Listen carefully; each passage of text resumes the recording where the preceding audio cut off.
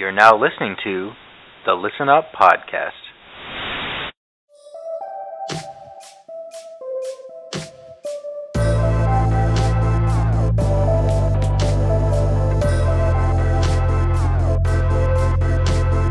Listen up. Listen up. Listen. 3. Welcome back to the Listen Up Podcast, where we analyze a new album each week. I'm Nick, and this week we've got me, Jamie. I'm running, and I have my eyes closed. And Jordan. Never nice to my penis. This week we'll be taking a look at Reunions by Jason Isbell and the 400 Unit, released in 2020.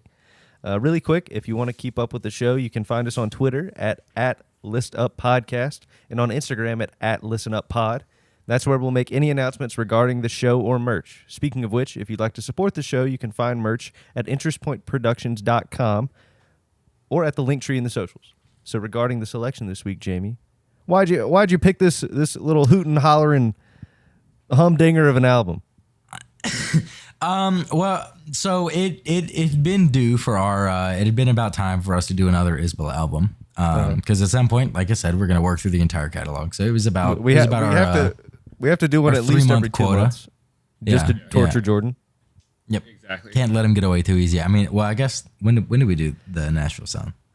Damn, We got it. It was like November, I think. the Nashville Sound. It was August. Oh, what? That's crazy. Oh, because I picked that before I thought I was going to see them, and then that concert got canceled. Yeah. Yeah. Oh shit! I didn't realize it had been that long. So we've been due. It should We be have to averaging keep about you- every 20 episodes, and it's been like 40 since then. We have to keep you dangling on a string, Jordan. We have to keep you like right on the edge Yep. of where you want to quit the podcast. Got to keep your heart on a string. But like, yeah, this Jamie and album I was only mid get that joke. 2. What'd you All say? right, I'm gonna leave, guys. So this album was mid. I give it a 2. Damn. But so on top, compounded with that. Compounded with that. Compounded. There's some dark Is it clouds snowing? on the horizon. No, but it is dark. It's like 40. It's not snow weather. You never know in Colorado. honestly. It's like 80 here too. It's crazy. Yeah. It was so hot today. literally. It's 46 right now. That's insane. Yeah, but so now, as of recording this, it was yesterday, Tuesday, May 3rd. Me and my dad, I bought him tickets for the Jason Isbell show at Red Rocks. Oh, your dad was there for that. Yeah, and so we, me and him went and saw that yesterday. Had a grand old time. I posted some Your mom pictures come on my down too? Twitter, and my Instagram. Huh? Did your mom come down too or no? No, well, she came down, but she didn't go to the concert. It was just me and him at the concert. It was good. Had a couple tall boy Voodoo Rangers. Saw Waxahachie opened for him. She was out there wailing and shit. Fruit of my labor hits. Yeah, she did. She did Fruits of My Labor, didn't she? Oh. Yeah, I'm pretty sure that was the last song that she did. They ended the set with that. It was really fucking good. That was a cool vibe because I've checked out some of her stuff, but not a whole lot. But I know you're a fan, and so it was cool to like just hear more of her / their music because they don't have social media. It's Katie Crutchfield Yeah. it's a band that's a musical project of hers or something like that. So I don't. It's however it's defined. But then I think she just- writes all the anytime songs, she- but she does everything with a full band. Gotcha. Yeah, but because then everything she said, she kept saying we're Waxahachie and stuff like that. And so I was like, okay. But it was really good. What are the band's pronouns? Yeah, I need to know. But no, that shit, it was a really good show. And so I knew that they would probably be doing quite a lot of this album. I probably shouldn't say shit like that in a trucker hat, but we're we have a pre-established. No, they see with their reputation glasses. They know you're not conservative. they see the Those are navy liberal frame, glasses. the navy color wireframe glasses. I'm Yeah. a little quirky boy, quirky liberal boy. Oh. I bet he has pronouns in his bio. Hell nah, get him out of there. Get him out of there. But yeah, so that was a big reason why I did Reunions over a different album that we will do at some point. I don't know why I won't say the name of it, but one of the last. I didn't last week, I don't so know. we're gonna keep that up. But yeah, and it was really fucking good. Like I'll talk about some of the songs on here that kind of on the album I've always thought were like pretty good, but live they were really fucking good. I had a couple like that when I saw them back in November. I had that with Something More Than Free because I first saw him on the Something More Than Free tour in Greensboro. Yeah. Me, my dad, mom, and girlfriend at the time went and saw them. Is it the White Oak Amphitheater? I don't remember what the name of it is, but it's in Greensboro. So we saw him, and that was when I like really was like, damn, his music's really good. I should listen to more of this. And then it's been since that day, I'm like, I need to see him live again. And I almost did it at Bonnaroo, and then that got taken by COVID. So it was many years in the making of getting back out there. So it was really cool to be able to like, that was my first concert I was able to go to at Red Rocks. And then like my dad was there, so that made it even more special. It was like for his birthday and stuff. But it was sick as shit. It was such a good show. I didn't know that was only the second time you'd seen him live. Yeah, I've tried like I think 3 or 4 times, but successfully the second time. The first time really knowing like all of his catalog. And it was really good. He doesn't normally play it a lot, but since his wife, renowned musician Amanda Shires, Pearl Shires, depending on how she's written it out. Excellent fiddle player, vocalist of the High Women. That's spelled like highwaymen, but high women, not like high women. But I'm pretty sure they all smoke weed, so I don't know. But she was able to come out for the shows out here because they did another one tomorrow night because they sold out of the first night so quickly. Then they brought a second show out, and she was able to come out, and so she played. They did "Goddamn Lonely Love," and it was phenomenal. Apparently, that was the first song of his that she ever heard, or something. He said something like that, and so. He says that he uses it as a bargaining piece whenever he gets her to come out to play at shows. Oh, I didn't know that. That's cool. Yeah, something like that. Does that doesn't have a lot of fiddle on it, does it? I don't know. I can't remember off the top of my head if the studio record does, or the studio cut of it does, like the original one on the Dirty South. But I listened to the Live from Alabama album by them so much. And she does do it on that one, and so in my head it has it, but I don't think the original studio cut does. But yeah, she played some on that. She did it with a lot of songs, but there were some where it was like definitely not like fiddle or anything on it. And you know she's so small, and it was cold, so like for the first couple songs, I guess she didn't really have many parts on it, so she was just standing there in like a huge ass parka on the side of the stage, like next to a microphone, waiting. It was pretty funny. She's just chilling, waiting in the wings. Yeah, no, it was a good ass show. Very good. It was a hell of a way to really return to live music because like I've seen concerts since the pandemic happened, but I haven't been to any like outdoor ones, and I feel like that's where music really comes alive is outdoor venues. So that shit was lit. Nick and I don't know if I completely agree with that, but I get what you're saying. I love outdoor music so much more than indoor music. Have you ever been to like the same music, my guy. They're playing the same songs, well, exactly. my dude. It's the same music, but it brings in like wind and sun and even rain and shit. Like it rained on us last night, and I was like, hell yes. I completely get that, but there's also something really special about the energy of like a small show in a small room with a bunch of people like standing. That's true. In a pit together. Yeah, I mean, like a Mine. Yeah, right. like a and Mine that's cool or like too. some of the other small bands I've seen at Cat's Cradle and things like that. Yeah, like I've seen like Matt Mason. That show would not have been the same had I not saw it at like the 300 person underground in Charlotte. But so that's like the other end of that spectrum. But I'm thinking like big arenas and shit like that. I feel like that's like the least musical space to me. I still enjoy concerts there. Like I've only seen the Black Keys.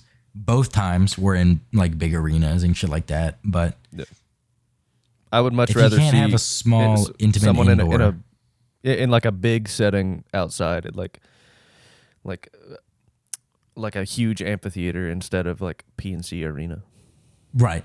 Although but I still think for me, I would still go like outdoor venue over a tiny intimate show. I mean, it's one thing if it's like the Alcam show that we saw where it felt like you were in a basement and then Russell Crowe was on stage.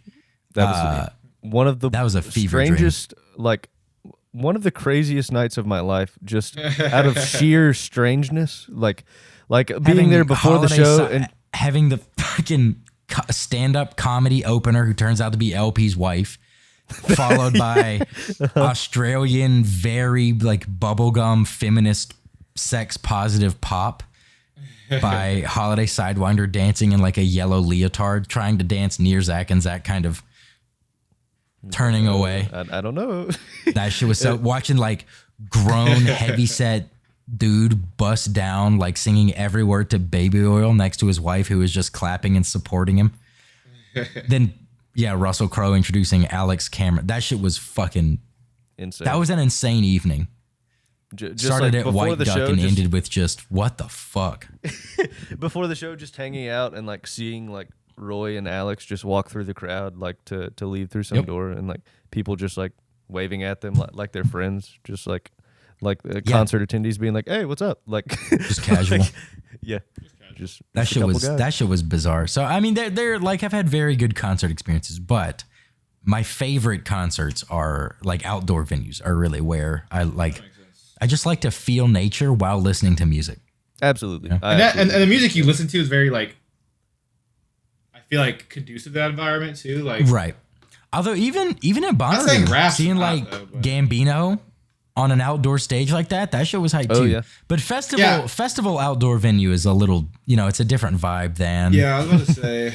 Because Rolling Loud was like amazing. At an amphitheater? Yeah. But Red Rocks does seem like amazing to go to. I really want to see a rap concert there. I'm telling you, we gotta find one, and y'all gotta fucking come out for it because we have a guest room and proper mattresses and shit like that. Y'all really gotta come out here for. Yeah, I feel like there's almost no overlap though, where we'd be willing to spend that much money to like go see a show together though. Bro, if Action Bronson, it's worth it. If Action Bronson, The Alchemist, Earl Sweatshirt all showed up there with Boldy James, maybe we could have made it work. I know you guys don't like them that much, but it could have been like a cool vibe. Could have been like a Nick's cool like if all my favorite people showed up, we could Maybe totally you guys do this, liked and it would it, be yeah. worth the money, guys. Trust. Trust me. I will, I'm as down. long as I have the money in my bank account, I don't think there's anyone I would turn down seeing at Red Rocks. That shit was so fucking lit.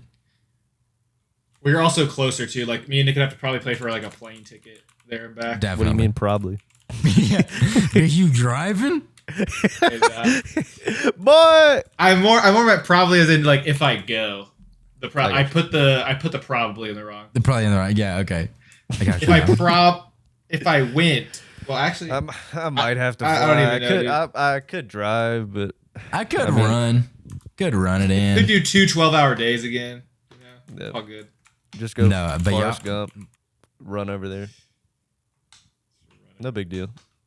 But no, y'all If like definitely gotta Blueface was fucking come out performing, here. we could all go see. Yep, I'll would just be drop into that. $400 on the nosebleed Glass Animals tickets next time they're in town. Honestly, Well, GA is just above row 44.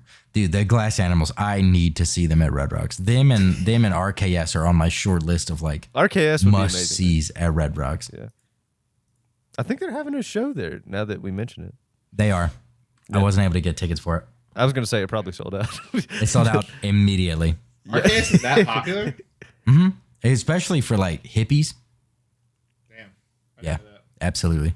At a show where you can just go smoke weed looking at like natural wonder. Yeah. Yeah. They sell out yeah. very RKS quickly. at Red Rocks. Yeah. yeah. Yeah. Like probably in other venues, like in Boone, they'd sell out. Yeah. Maybe like Raleigh, they do probably really like well. Asheville. Probably. Yeah, Asheville, they'd sell well, but like, they're not playing like, they're probably not selling out somewhere in like, New Mexico or some shit. But like Red Rocks, absolutely. Greensboro, bro. Maybe. You never know. Walking around G, bro. Hey, y'all fuck with RKS?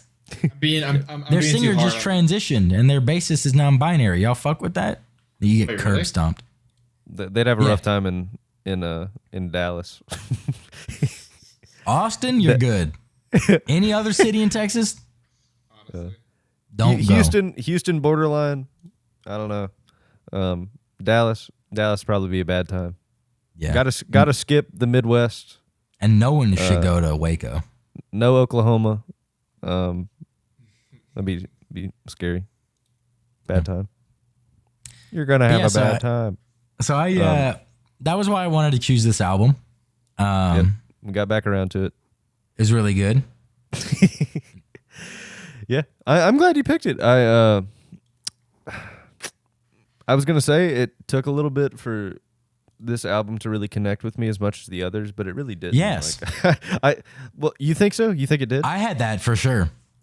I think it took me like 2 or 3 listens, but then I was like, yeah, this is just as good. Like all these songs are written just masterfully. Like maybe that's a stretch to say all of them are, but like the highlights definitely are just like all of the rest of his music, and it's similar subject matter, but I feel like on this one it's even more like call to action almost, or just like forward thinking, or like it's a little more in your face than even the Nashville Sound was, where on the Nashville Sound he had that song White Man's World, which was definitely like in your face, like I'm like, I might sound like someone who thinks what you think on the surface, but I definitely don't. Like but I feel like that's even more evident on this album with songs like Be Afraid, What Have I Done to Help. Like it's just like him, like What Have I Done to Help is basically like a call to action of like think about yourself and like try and realize if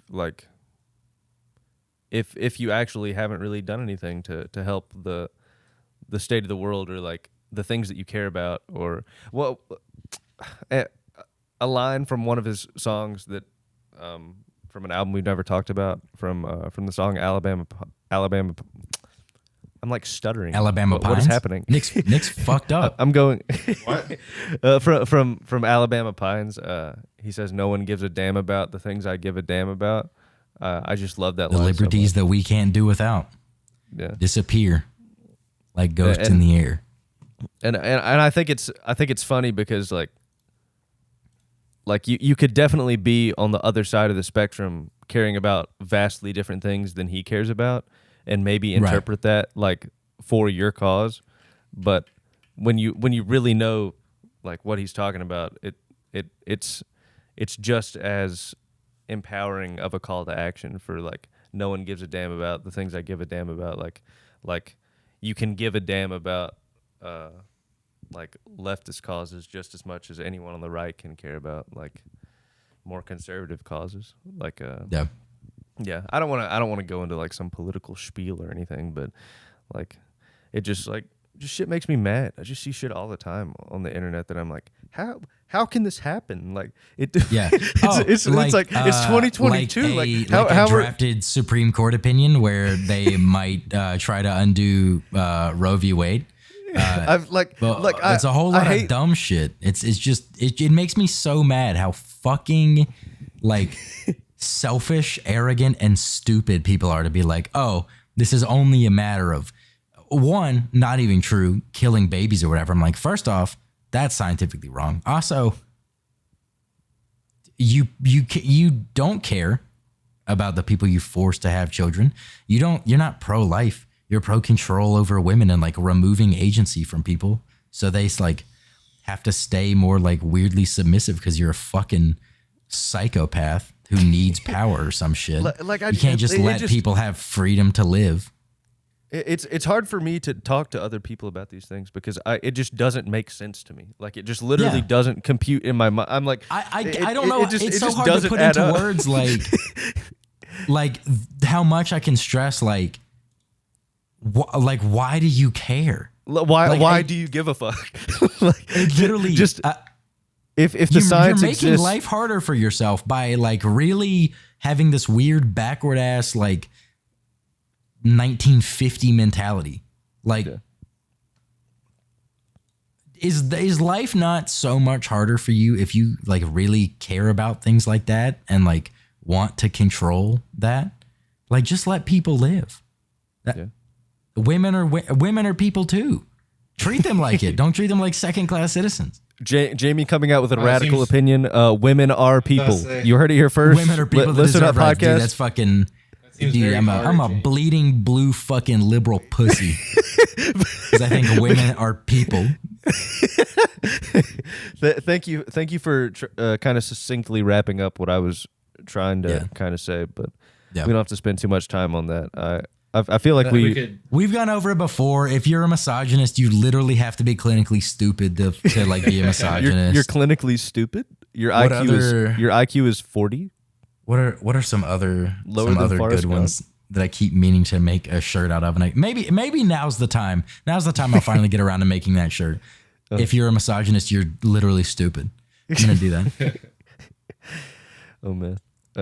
But I did kind of start talking about what have I done to help. That's the first song on the album. Really quick, I wanted to show the poster I got. Oh yeah, go for it. I love that poster, dude. It's so cool, dude. So this is like night 1, and it says down here it says like May 4th, and then night 2 is a mirror image of this. So I guess if you went to nights 1 and 2, it would kind of make the stadium, but I didn't. Because I'm here. So probably don't need to go to 2 shows. It probably would be fun, but it would be fun. It'd be cool to be like, oh, how'd they change the set list? Shit like that. But also, Nick got me this for Christmas. Nice. It's the special. I gotta flex this. It's the Dreamsicle edition. Ooh. Hell yes. I like it. Very very nice. I have the thoughtful gift from Nick. Nick is a very good gift giver. I am not. Thank you. when I have time and I realize something's coming up, I have been told I am a good gift giver, and I enjoy that label. You and Zach both, I feel like, give very good, thoughtful, like real gifts. I'm terrible at giving gifts. I care about people. It's just I'm not a gift. It's just not one of my like love languages or like showing I care, which is it makes it hard because I feel like a lot of my friends are, and Vic definitely is. And I feel bad and inadequate, but I try. Doesn't work out very well. You're a Gucci brother. We love you. We know. Yes. We know your we know your vibe. I will not give you a gift. I'm bad at gift giving, so that's why I haven't bought anyone a gift in the past 5 years. But I'm just so bad at it. I don't want to be embarrassing, so I figured I'd spare us all the trouble. I'd save us both the embarrassment, save us the trouble. Don't worry about it, guys. Here's a T-shirt I found at a gas station. I found this old sweater at Goodwill that won't fit you. There you go. That's me on my white elephant dirty Santa shit. Brett, can you see Violet's little rainbow bow tie we got her? You can like barely see it. Barely? It's like a I saw it in a picture the other day. Rainbow bow tie with a bunch of paw prints all over it. We found it up in Fort Collins the other day. We toured New Belgium with my parents when they were in town for my dad's birthday as well. Yeah. She was lit. Hell yeah. Had some good ass beer. But yeah, so you started talking about what I've done to help. We can actually get specifically into this album. I never said it, but overall, I love this album. Really? But you said it, and then you were like, never mind. But I actually did. Like, this one kind of grew on me. Like, it probably, when I first heard it, I was like, okay, some of these really like eaters for sure. And I'll talk about that. Like, ones off the rip I was a big fan of, and then other ones that I've kind of like what happened with White Man's Burden, where it's like, I like the message, but I don't love the musicality of it. But then they've grown on me over time. And then now it's like, oh, they're really good. Yeah, like on Nashville Sound, I had that with that song. I talked about it on episode 59. I think that's this podcast. That's a Rudyard Kipling quote. The song is White Man's World. Oh my God, what the fuck? I'm not even drinking for this podcast. I'm drinking green tea and honey right now for my throat. What the Then you fuck? got the throat coat making you go crazy. Yes, white man's burden is a very racist philosophy from Rudyard Kipling, author of the Jungle Book. My bad. And Then you had a Freudian slip. and the quote of his that is etched into the glass in Tally. The thing about like the lone wolf freezes at night, that's a Rudyard Kipling quote, and it is in our alma mater's Student union. Wait, where a is very it? nice student union. Etched above the like walking entrance gates on Moral Drive. It says like. for the Oh, yeah, strength over of there. The pack is the wolf, and the strength of the wolf. Is Yeah, the yeah, pack. yeah, yeah. Like, And it's a Hyphen hard Rudyard ass, it's a Kipling. hard ass saying, but it kind of sucks when you think about like it's rooted in eugenics. yeah. Wait, but where's the glass quote though? It's I think it's the stairwell in the bookstore. It's like it's written Oh, on the okay, edge of okay, the glass okay. there. Yeah, because the song, what is it called? Like the school song, Fight song, alma mater. the alma mater. That's written on the glass framing in the like the center of Tally. But in the bookcase or in the bookstore staircase, there's the strength of the pack thing again. And I was walking down there with one of our supervisors. She was like, "I'm pretty sure that's a Rudyard Kipling quote." I was like, "That's kind of fucked." I was like, "Cause it goes hard, like it's and how it's been applied at state is good. It's meaning like it's welcoming, like we are stronger through diversity and inclusion. However, I feel like the original intent was probably some racist eugenics from Rudyard Kipling, because that's same thing with the Jungle Book. And then Disney said, "Oh, let's make a movie out of that." Let's Hey, get you the guys- subliminal messaging to children. How are you gonna whitewash a racist think piece from the early 1900s? Anyways, Then you make but a live yeah, action so of it in so this 2016. album, it has grown on me. When I first heard it, it was probably like a 6.5 or a 7. That number has gone up. I'm not gonna say what it is. Wow. You gotta stay tuned for that one. That's a little tease for you. But it has gone up considerably for me. Yeah. I enjoy this album a lot feel more you. now than when I first heard it. Yeah, that's similarly put for me. I've always held it in pretty high regard, but the songs I didn't like as much in the beginning, I like more now. Yep. Just like with all the best albums. Like I'd with say Not Southeastern off the rip. Whole thing's perfect. Fair this one was a little harder for me to get into. I just like the last couple, but I didn't like. That's what Which I kind of. What? Huh? That's what I kind of expected going into it. That's kind of what Right. I got. Again, I just don't love this sound that much. The country-esque kind of vibe they give off. I kind of figured, but this one also, I feel like it's kind of like Nashville sound, where some of the songs, they start to break out a little bit more of the like traditional Americana country sound, and they start to have a little bit more of the like rockier roots that they've kind of started off with and then left and then rediscovered live they've always done it, but as far as their studio albums go, I just don't even love rock that much. So it's like, right. Yeah. Oh, last thing about the concert until I inevitably talk about it again. They did Super 8, and that was fun as fuck. Yeah. And very unexpected. I heard the opening chord, and me and my dad were like, "Oh shit," because that's one of my dad's favorites off Southeastern. But I leaned over did that when he at my talked show, about the Funko Bat to the Baby Fat. I leaned over to my dad. I'm like, "This is the only line Jordan related to on this album." When we did it for the podcast. I was like, "Cause he played baseball, so he taught us what that meant." And he was like, "That's funny." I was like, "Yeah."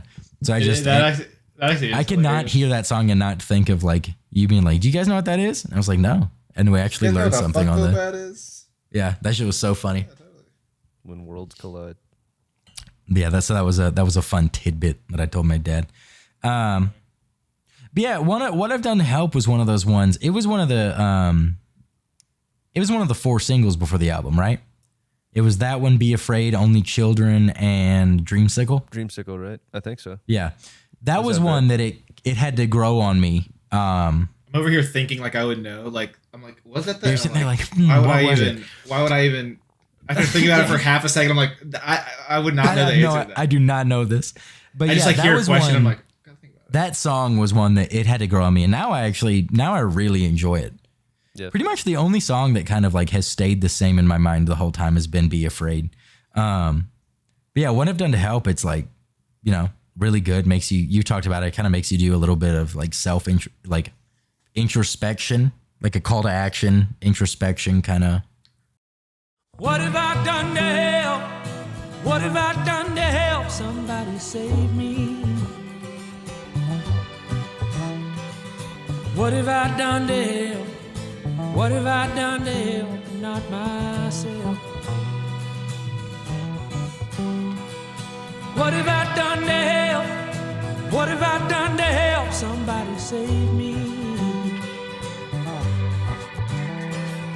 What have I done to help? What have I done to help? Not myself.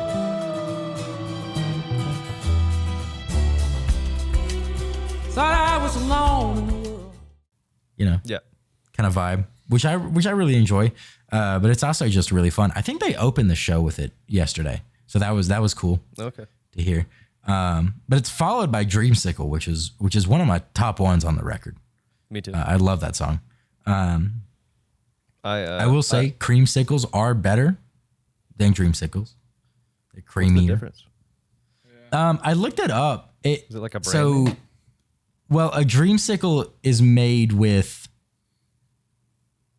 milk, with like ice milk, and creamsicles are made with ice cream. So like the creamsicle cream is just a higher fat content, kind of like how heavy cream is milk, but like with less fat removed from it. So that kind of thing. So it's just like a creamier version, I think.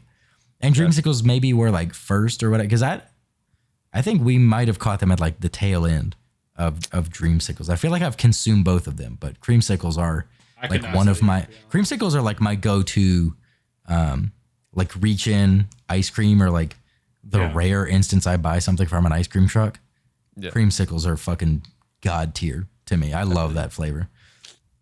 So then the song's already got that going for it, but it's also a very pretty song, and it's really, really good just storytelling kind of throughout it. Yeah. And it kind of hits. I always think the first verse of the song actually hits pretty hard, kind of establishing the,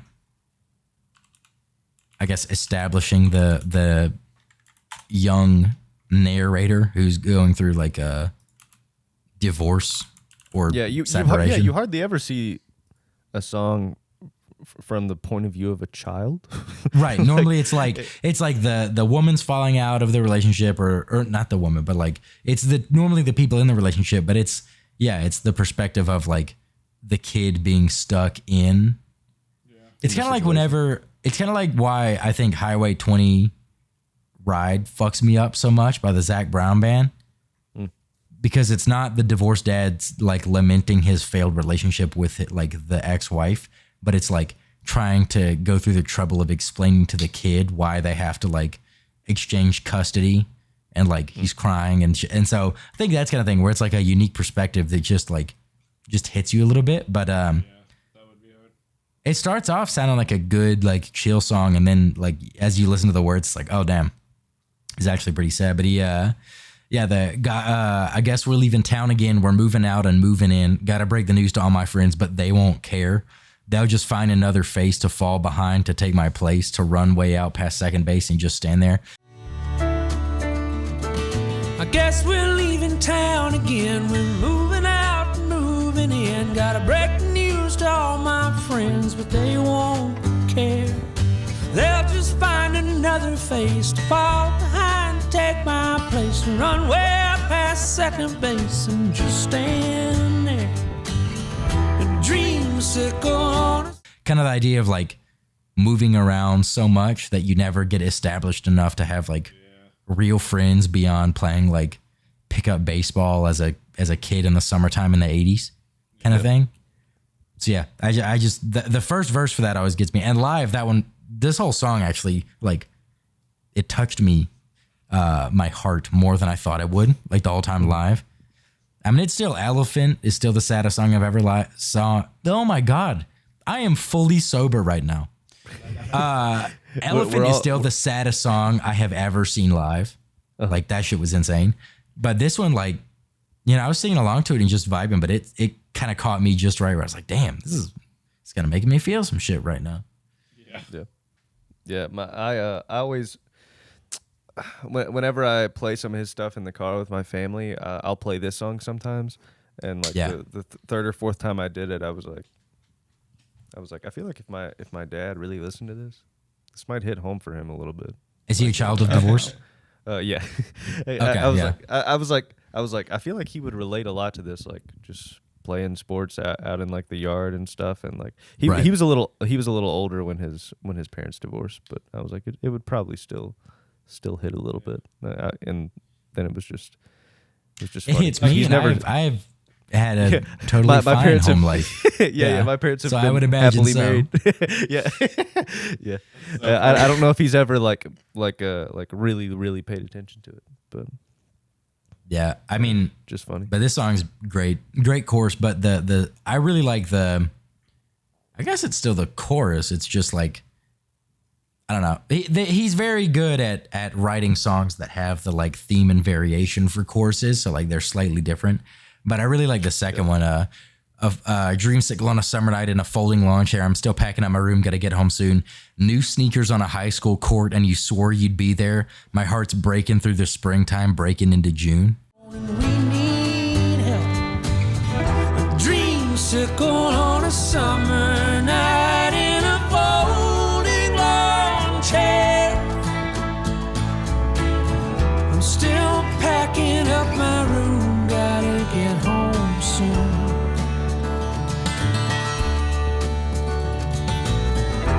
New sneakers on a high school court, and you swore you'd be there.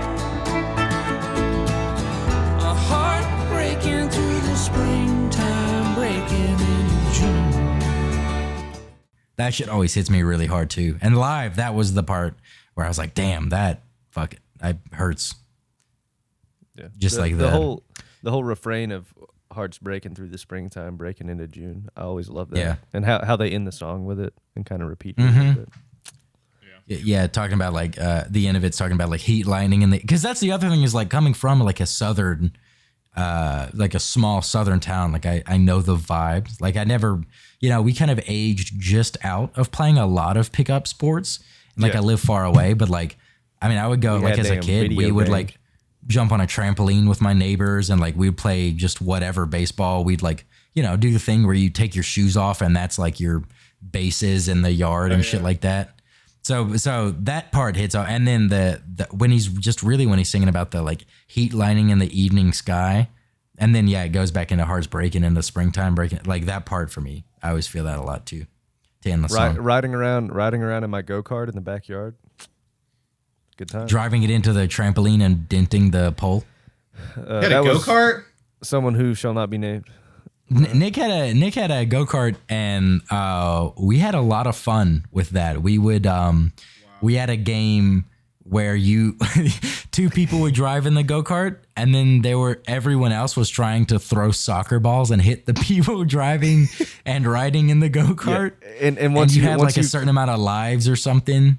Yeah, and once you got hit too many times, like you cycled out, like the rider would take the driver's seat, someone else would be the rider. Yeah, and the driver would always try and make the passenger get hit. It was a good time. Right, you would try to use them as a human shield, and I think there was some sort of caveat where like if the driver or the passenger caught the ball, there was some sort of penalty for whoever threw it or something like that. Probably, yeah. Yeah, that was a rare occurrence, but chucking soccer balls and chucking volleyballs at each other. We would kick the soccer balls as well. If you were far enough away, you would try to line up the shot to give it a good lead. So like we're kicking soccer balls at people going opposing, like in a motorized vehicle with no windshield. I mean, there was a roll cage, but absolutely not. I mean, that's more than some of the go-karts I rode on as a kid where there was no roll cage. It was just a flat piece of metal with a gas pedal on it. Yeah. That was kind of the deal. Like my mom never wanted us to have a four-wheeler. My brother was always my mom did not want us to have anything. So she was like it's just got to have a roll cage. And my dad found that go-kart. I think he found it at like, it wasn't Tractor Supply, but it was like that's a hell of a find, Brian. That shit was so it was some fun. like yard supply store, and he was like this will do the trick. What is a roll cage again? It was just bars over the top so that like if you flip it, then you're not going to get crushed by the you're not going to get crushed by the actual car. Like it'll like fall on its side rather than like actually flipping and turning and you like getting really hurt. Yeah. Okay. Dude, or if it rolls, like right. Or if it rolls, you're not going to get squished. Yeah. That shit was fun. That was a good time. But yeah, so this song, it kind of has that like nostalgia of like the summer as a kid or like fucking around with your friends and stuff. Yep. And then I'm sure if you do come from or if you're a child of divorce, I'm sure that it hits on a even more emotional resonance. Absolutely. But yeah, it's really good. It's one of my top ones. And then it's followed by a song that I feel like is under talked about, but it's Only Children. I love this song. From the start, I really it's when it came out as a single, I was like, damn, this is really good. It was one of the ones that grew for me the most. I really loved their live rendition of it. They kind of do like this vocal harmony thing that they don't. They do it on the studio version, but it's not anywhere near like live. It's not anywhere near as like amplified or like pronounced as it is. I noticed live. that seeing it live. Yeah, yeah. It's just after the chorus and like at the intro of the song. It's just like yeah. But it just sounds really nice. Yeah, no, it's fucking, it's so good, and it was really good live. I was really glad they did it, but damn, like, I don't know. I always think the chorus just hits really hard. Just kind of from the beginning, I'm like, damn, this is like really emotionally moving to me. I know this one is one of the hardest hitting on the album for you, but St. Peter's Autograph, that's mine. Yeah, which I'm kind of like that's the reverse on that. Baby. On that with you, I remember that. Yeah, I mean, I love all the courses, but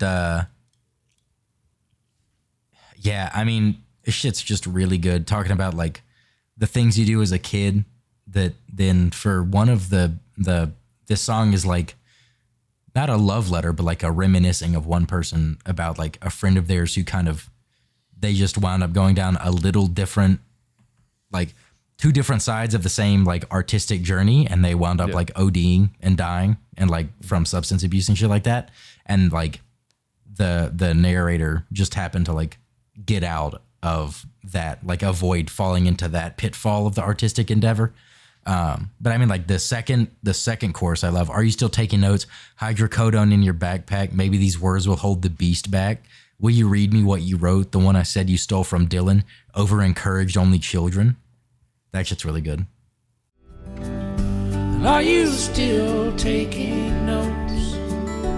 Hydrocodone in your backpack. Maybe these words will hold the beast back. And will you read me what you wrote? The one I said you stole from Dylan. Over encouraged only children.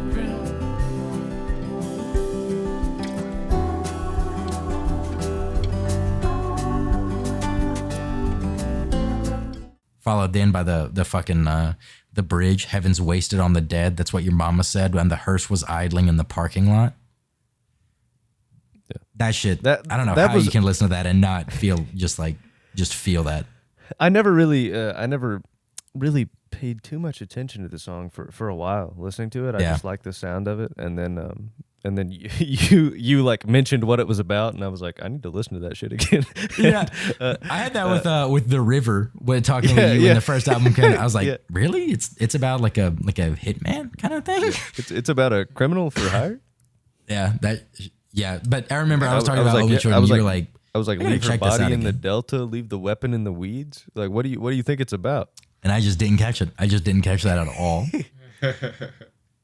Yeah, she said you thought the world of me and you were glad to see they finally let me be an astronaut. Just shit like that. I love that. I love that little metaphor that he just throws in like that's just a passing line to like end the bridge, and it's just like damn. And everything sounds like pretty literal for a lot of the rest of the song, and like that she like they finally let me be an astronaut is like seems kind of out of left field, and then you're like, oh well, like you know what he means. Like, they finally let him get to this insane place in his career. And, getting out of like the depths that they were to then like soar to new heights, quote unquote. And that would and so like all of that shit, I'm like, this has to be about like an actual Heaven's wasted on the dead, that's what your mama said. And the hearse was idling in the parking lot. She said you thought the world of me, and you were glad to see they finally let me be an astronaut.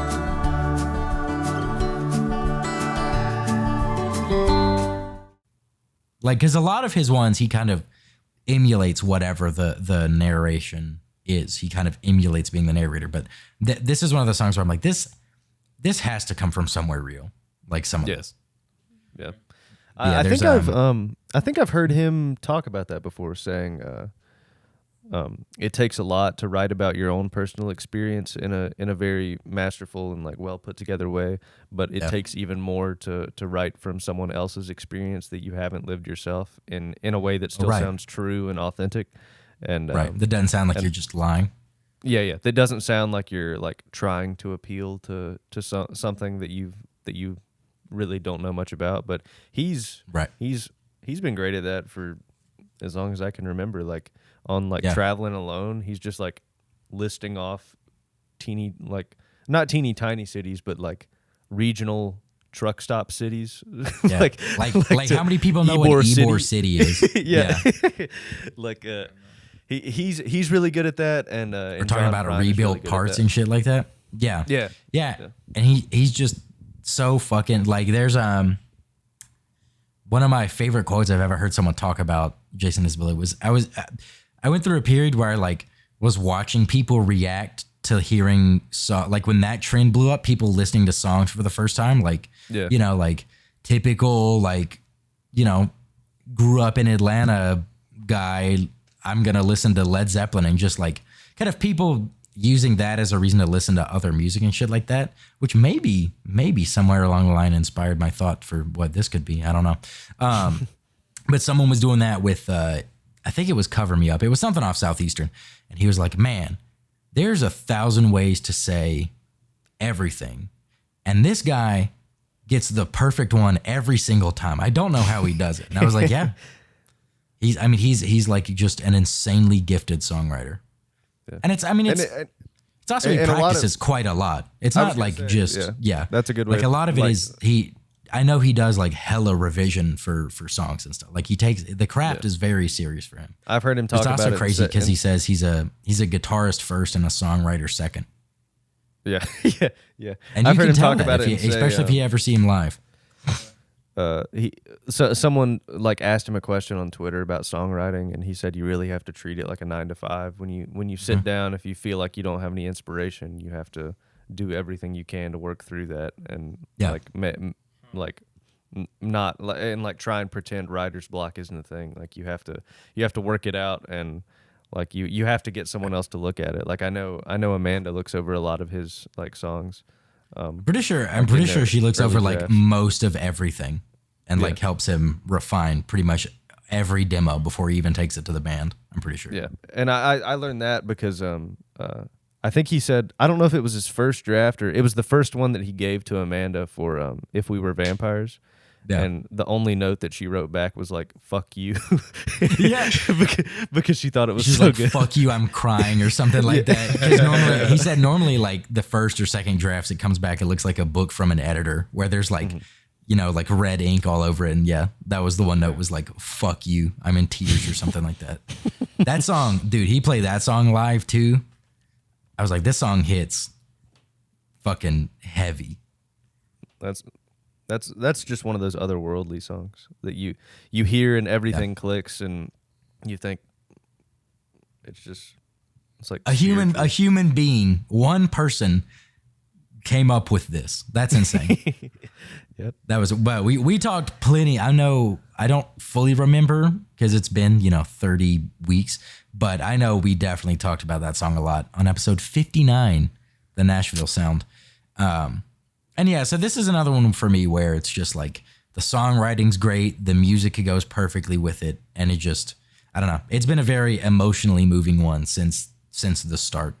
Yeah. Because also a little bit because like, none of my close friends ever really went down like the drug pathway or anything like that, but like I've known people through high school and then especially working like service industry jobs and shit like that, where it's like some people get out, and I tried to give like advise people who were like a little bit younger than us, especially when I worked at the smokehouse, and like try to advise them to like, you know, can I cut this shit before it gets ahead of them. Some have and some haven't, and so it's just kind of I don't know. It's weird to think that like by the time you're 22, you've probably known people who are dead. But yeah, so that song always hits really different for me. And it's crazy that it's followed by Overseas. I feel like that's such a different, although I mean, no song you really follow it up with, like it's going to be different no matter what, unless you're being really sad. But Overseas it's one of my favorites from the start when the album came out, and it's still one of my favorites on the album. I would say this is the first time on this album that I also felt like this is a song that I really liked. Yeah. Oh yeah. It was just I love the guitar solo in it or guitar solo ish at the end.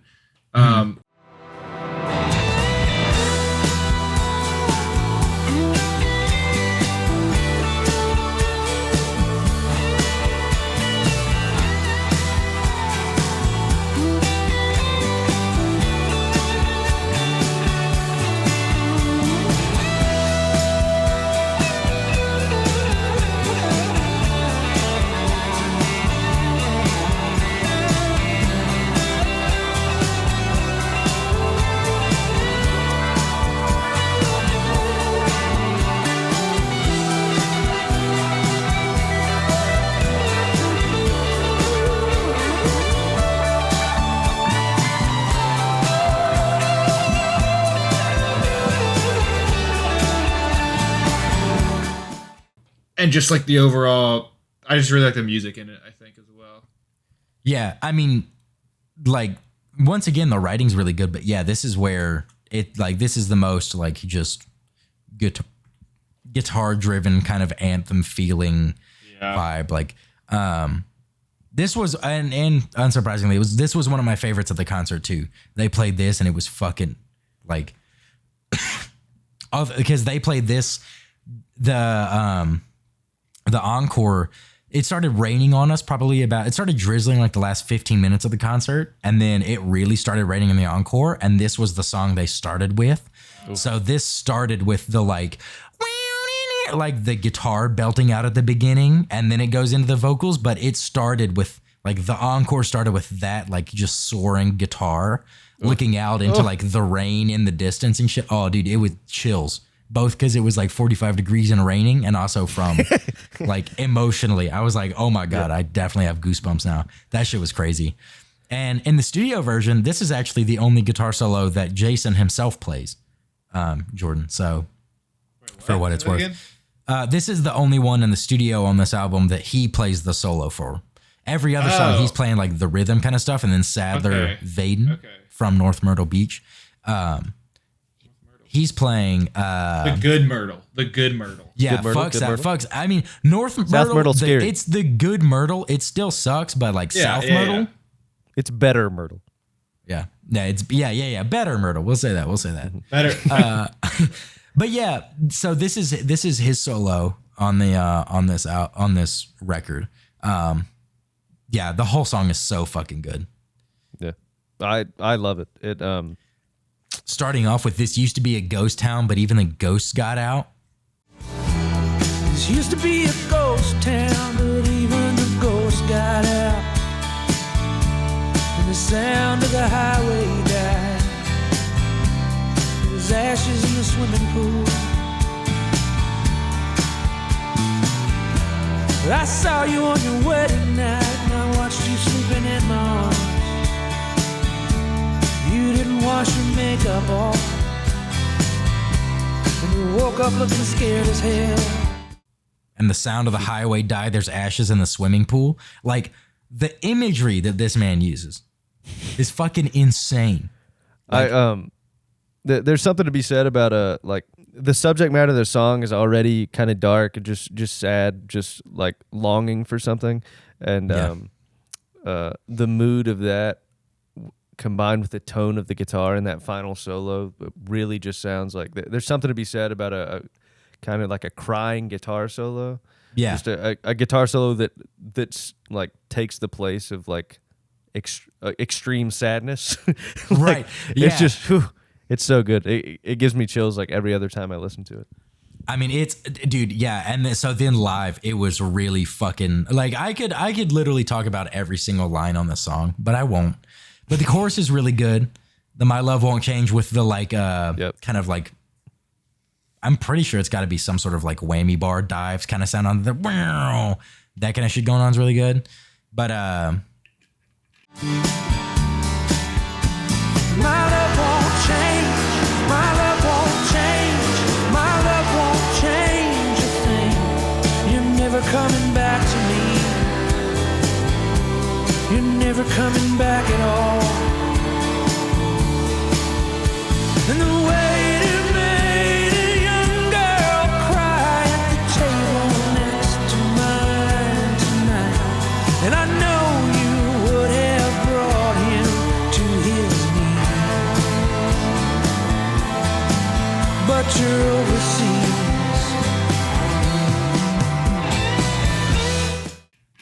I'm just talking about it because it also, I can like also vibe.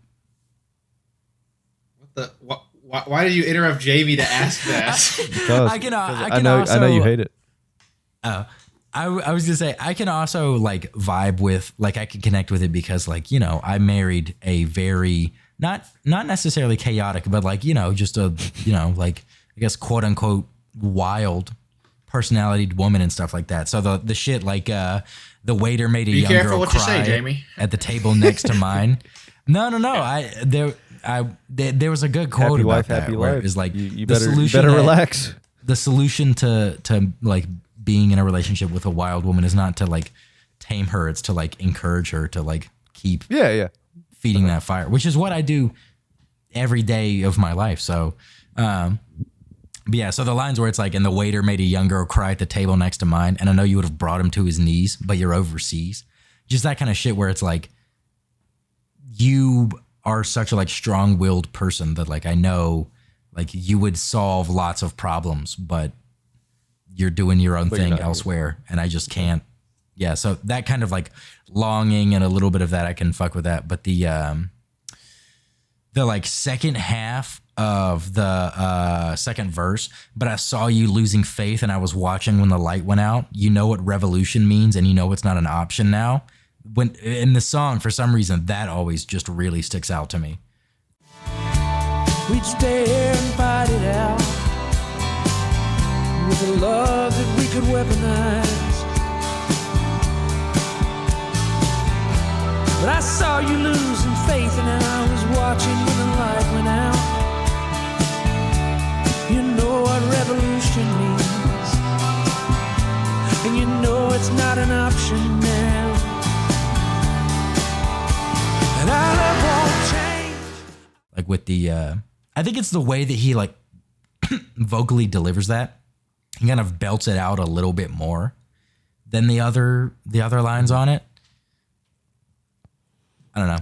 I just love the structure of the form of the vocals in the chorus. The my love won't change, my love won't change, my love won't change a thing, because it changes meaning towards the end of the chorus. Like repeating my love won't change is the anthem of him calling out to her wherever she is.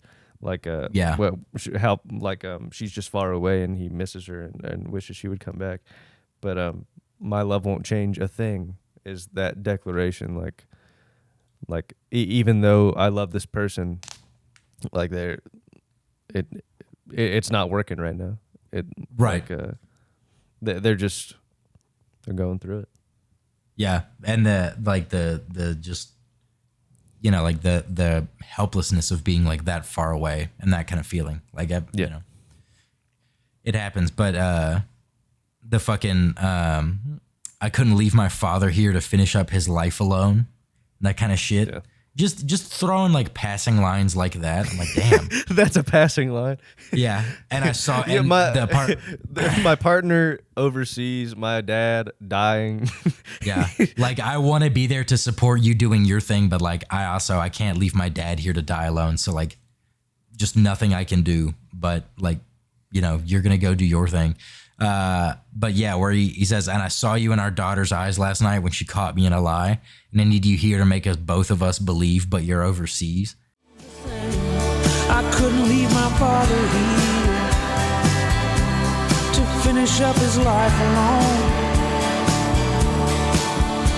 And I saw you in our daughter's eyes last night when she caught me in a lie. And I need you here to make both of us believe, but you're overseas.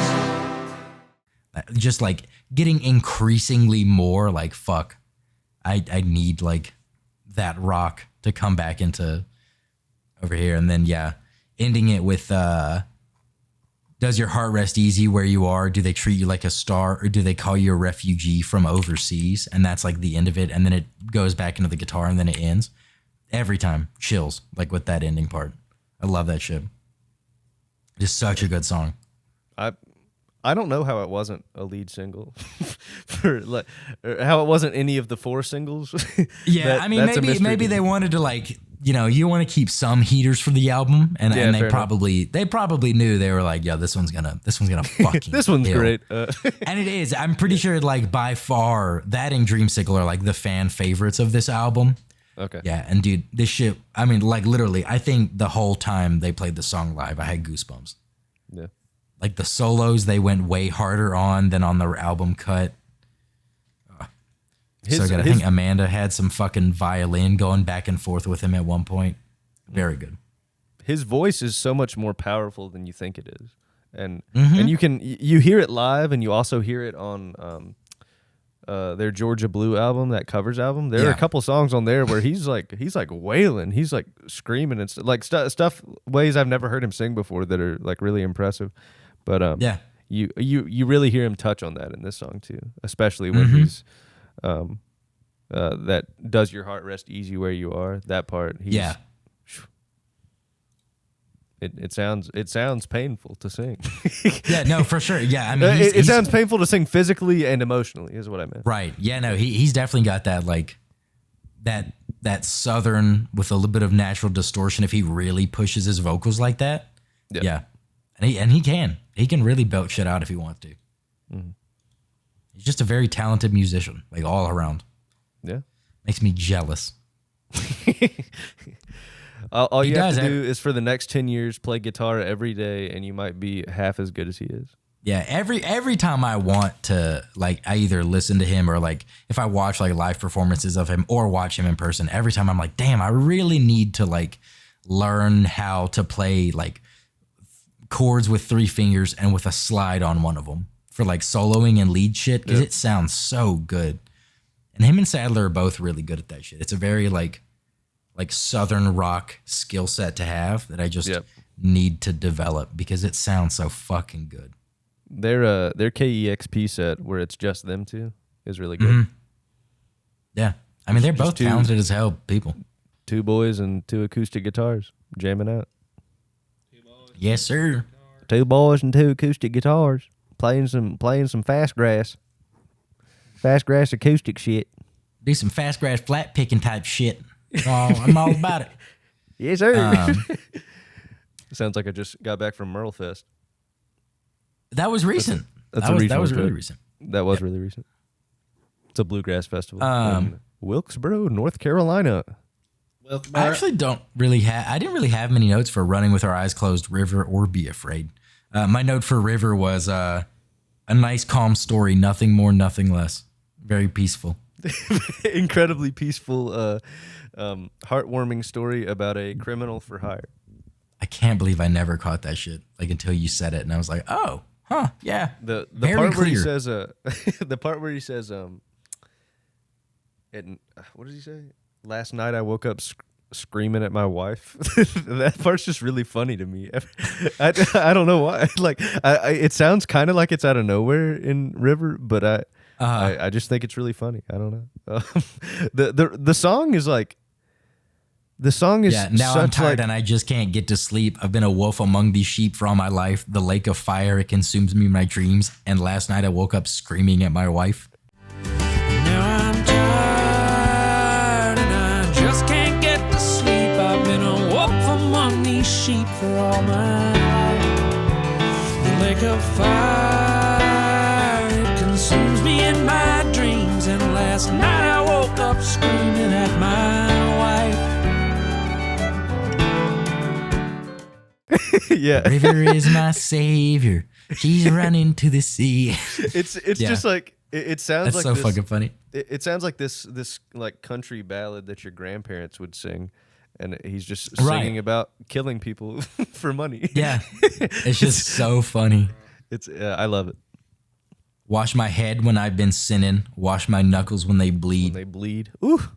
Protect me from my neighbor, all his jealousy and greed. Take the body to the delta, hide the weapon in the weeds. I literally no idea how I never caught what the song was until you done said the law that. some favors so nobody has to know. That's a hard line. That's a hard ass line. It's What a like guy.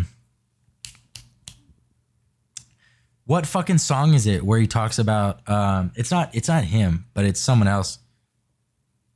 What? I know Yvette. He kills a guy, but No, he does. He shoots the Live dad Oak? who's abusing his daughter. No, it's not Live Oak either. It's not any of his. It may be a trucker song. It may be someone else. I can't remember. But it talks about like I'm gonna show like the man trying to repo my family's farm from the bank. That's from the Dirty South. It's it's like the second song on there. Yeah, what fucking song is that? But that's like a hard ass song too, where it's like he's from the bank and I bury his body in the old sinkhole. Oh yeah, it's Sinkhole from Decoration Day. Duh. Yeah. Stupid. It's not the Dirty South. My bad. No, it's not. We did that episode. That was the last one, like right before our holiday break, right? I don't know. Or before. Yeah, that was episode 74, Decoration Day, Drive By Truckers. Yeah, that was one where I didn't catch it until we did it for that album or that episode, and I was like, holy shit, this is hard as hell. Yeah. Well, I don't have much for those songs. I think "Be Afraid" is a very I think that was the lead single for the album. It was the first song, and it sounded really different to me. Yeah. When I than the rest of his music when I first heard it, but I feel like it fits in pretty well now. Like now that I've listened to the album so many times, and Right. and of course I love the message behind it. Like it's just about standing up for good things, like for having a position of influence and actually using it rather than just trying to make money off of it. Right. But, Yeah, and I really like the idea of be afraid. Like courage is not going without fear, but it is doing it despite it. And so the song's just kind of that whole idea. And I think and he's like people talk about like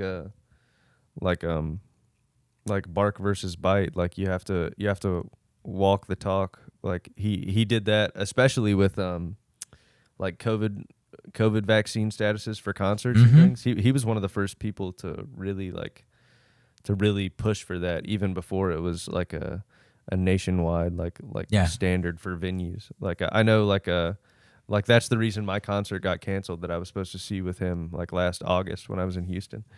But and he was like interviewed on the news about it too. He's good people for sure. Yeah, he was like, I mean, he was like, this is what we do. This is how we make money as musicians now, and it doesn't like if you can't come to my show and jeopardize the lives of other people. Right. Yeah. That whole thing. I mean, because he's also, that's why I really like him. He's just been a very, vocal advocate for, all kinds of things. I mean, very topical now with like abortion and stuff like that. But he's always been like very vocally supportive of just like let people be people and shit like that. And so, yeah. So then I was like not shocked at all. Don't be an asshole. Exactly. I was like, I was not shocked at all when he was really pushing, like leading the forefront of like, hey, like, we're cool with reopening shit, but like, you will be vaccinated. And people are like, but what about your choice for a vaccine? He's like, don't come to the show. Yeah, your choice. Someone else. Your choice is get vaccinated or don't come. Who cares for their other person more than you will fill that seat. I'm not worried about that. Like, someone told him that was one of the funny early things where he kind of went solo and people started to hear him in the country space, but they didn't know him from like, you know, the very, not even leftist, but like, or not even like liberal, but like leftist group of the drive-by truckers. Very like pro-communism rednecks from Alabama. Which I feel like when you live in that situation, that's just the natural realization is that the system's fucked up. But no, people want to dick ride like just evil. But yeah, people in the country space, they were like, when he first started to come up after like Sirens of the Ditch and stuff like that on a solo career, people were like surprised by his politics and stuff. And they were like, aren't you worried about like driving away like the like conservative part of your fan base? He's like, I don't want those people in my fan base. Good. Fuck them. That's like Willie Nelson like still going on the news like in the past few years and like newscasters being like so a lot of your fans are surprised that you're a Democrat, and he's like, I don't know how people are still surprised that I'm a Democrat. Yeah. he's always been the super like left hippie guy. And like I hear shit like that and I'm just like, are you fucking stupid? Like when I played Rage Against the Machine working at Skull Camp in the kitchen one night cleaning up, I played like Bulls on Parade and some other shit. And someone was like, did you know these guys are communists? I was like, yeah, no shit. I was like, what machine do you think they're raging against? And then people try to use them for like, as like the, like there it wasn't Trump, but it was someone else who like tried to use, I think Take the Power Back. They tried to use some conservative politician tried to use something by them and they like DMCA'd him. Yeah.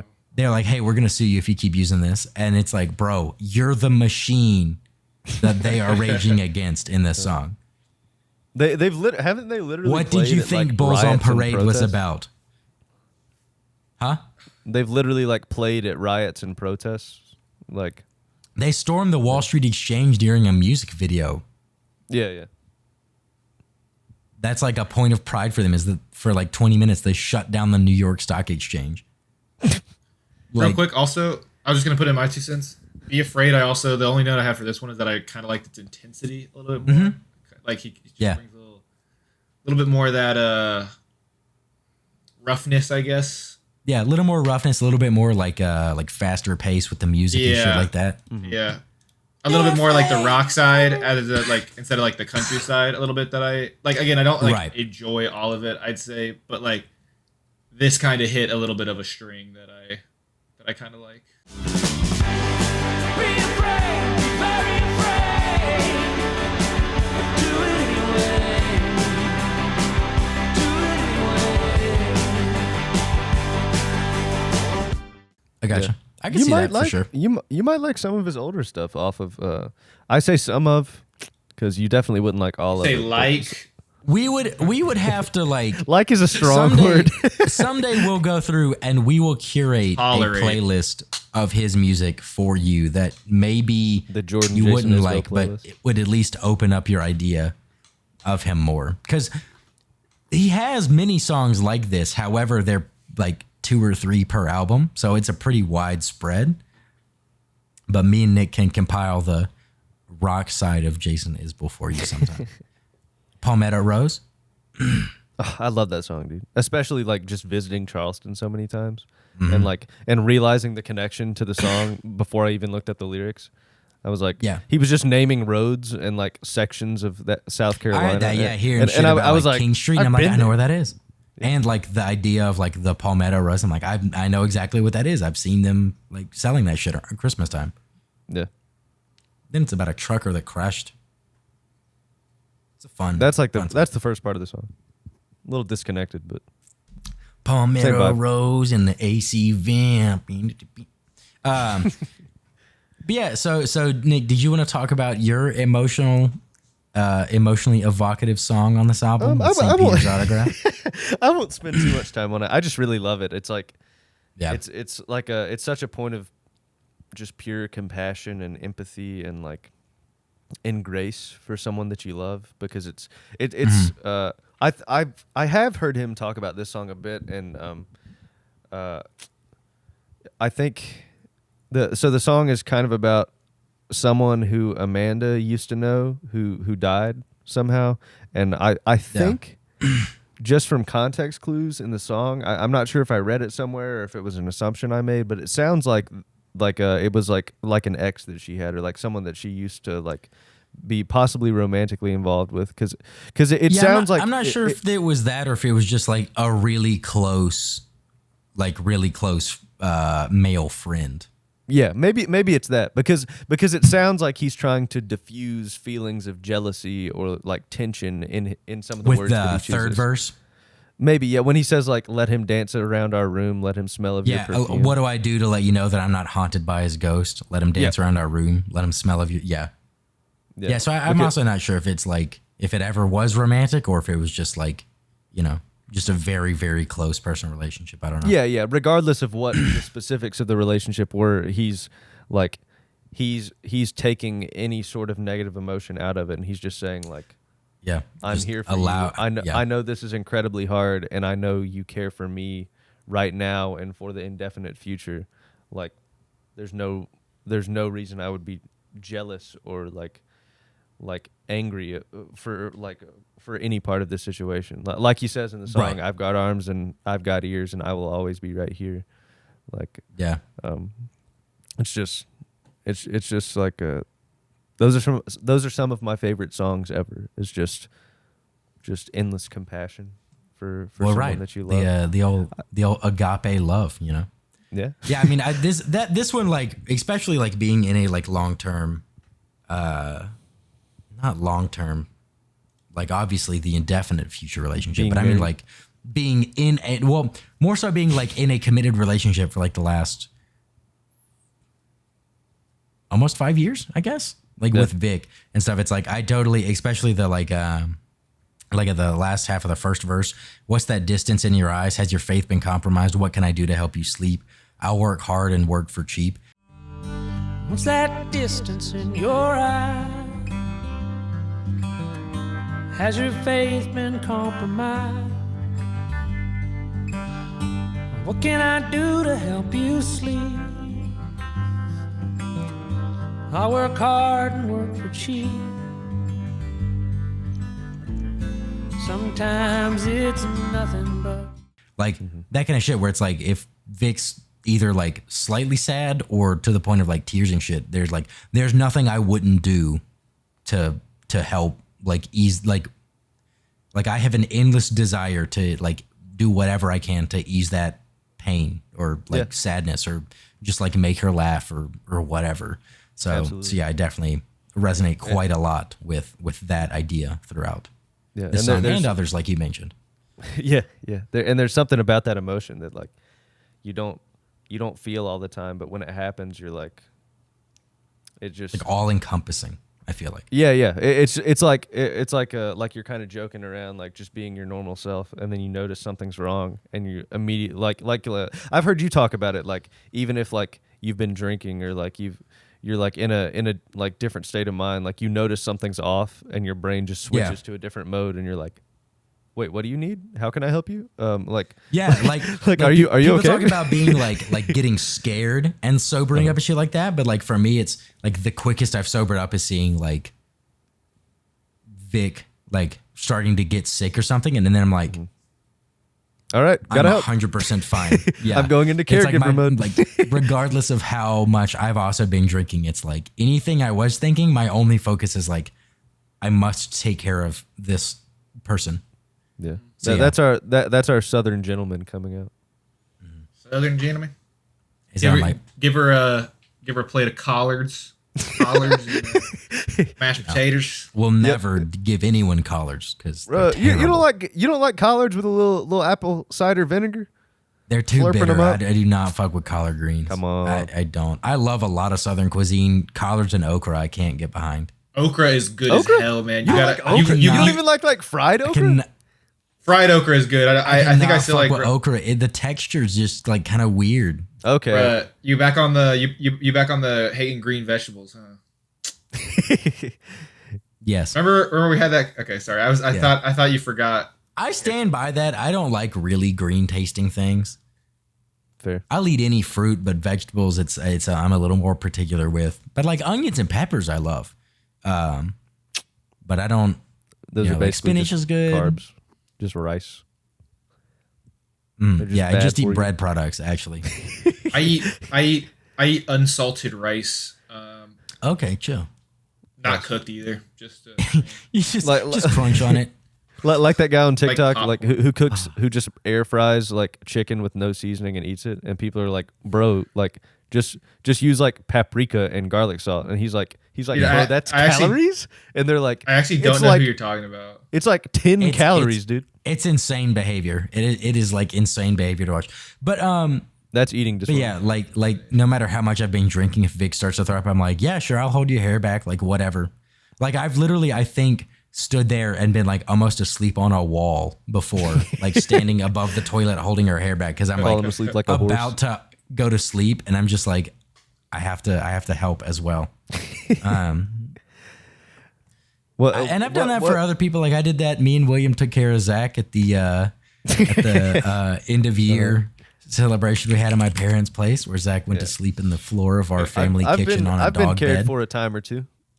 We've Yeah, cared. Yep, we've cared you know, for Nick before. Yeah. We have pictures The of that first- somewhere. Maybe they'll go on the first mood night board. I had. Well, I don't know. That's not public domain information. But It's just your legs. It's just your legs hiding out from behind a toilet because you whoa, just whoa, passed out. whoa, hey, whoa, whoa. I've never done that. That was where before. Nick discovered lemon deep eddies. Yeah, me and lemon deep eddies, like pancakes and syrup, baby. Good times. But yeah, so I enjoy St. Peter's. That one also. I mean, it's not like the most emotionally evocative for me on this album, but it does. I resonate quite a lot with the sentiment Yeah, behind it.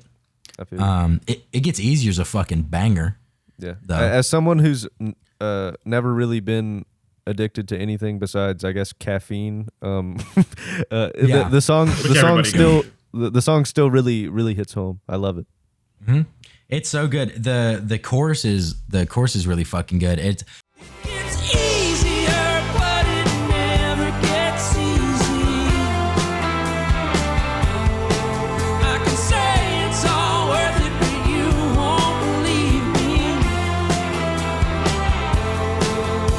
Hold down your liquor, swallow your pride. You'd rather keep it inside. It gets easier, but it never gets easy. this was one where live it was really really good. Yeah. Uh-huh. Like I enjoy on the album, but they get like a little bit rockier with it, a little more of that like Nashville rock sound to it, where they just like crank the Telecasters up to a 10, so it's got a bit of twang behind it too. Bit of a more Super 8 energy. Yeah. Bert. Yeah, and it's just kind of like the lyrics, it's like it's a poignant message, but he does it with like a kind of like I like the tough Comedic. love attitude. yeah, like a tough love comedic narrative. Last night I dreamed that I'd been drinking, same dream I have about twice a week. I had one glass of wine. I woke up feeling fine. That's how I knew it was a dream. Just doing like that kind of shit where he's talking about like, I've been sober for however long and it doesn't get easy, but it does get easier. That's the crux of it. So he's just like narrating how like he still has dreams of like hitting back on the bottle and shit like that. But then he like something goes like he wakes up fine and he's like, oh yeah, that was not reality at all. But then he talks about like last night I did myself a favor. Like he let himself kind of remember that time in his life, and he's like, yeah, I'm much better off now than Yeah. But the last night. I choruses let are- myself remember times I forgot a woman's name. Yeah.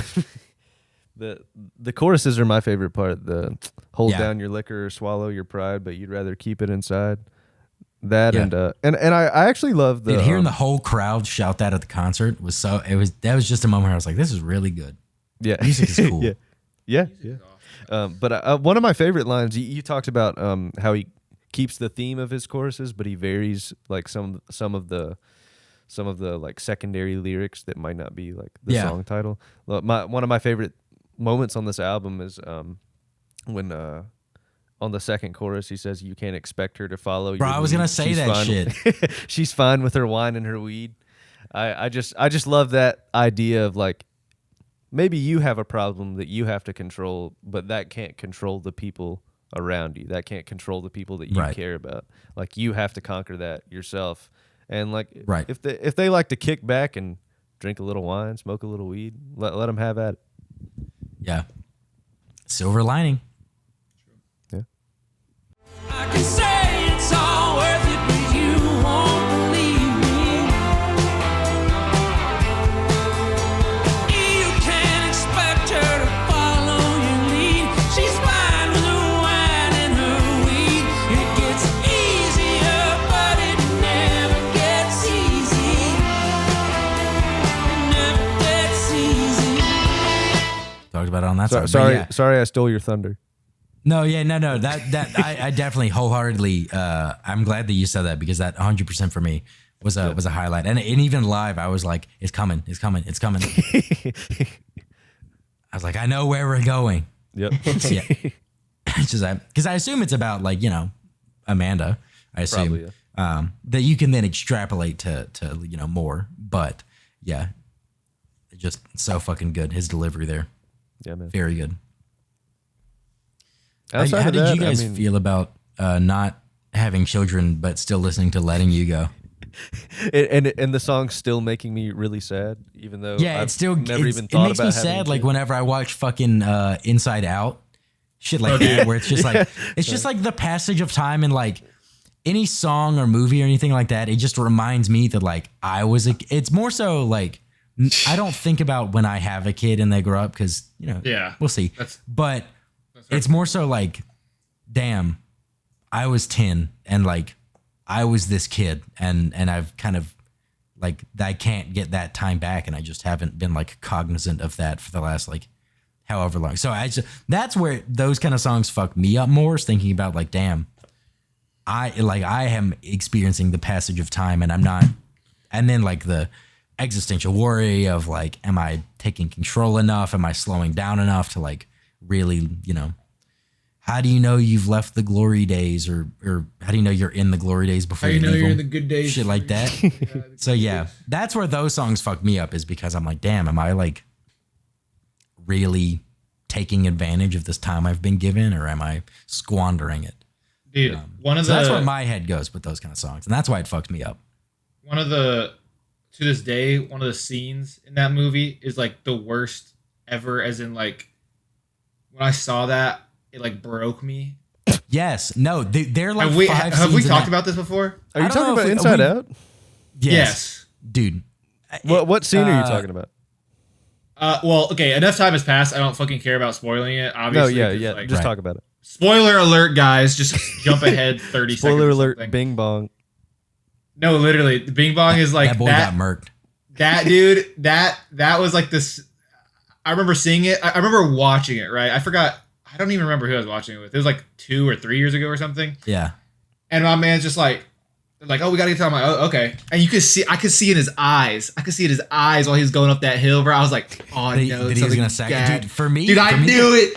Do it. And wait, real quick.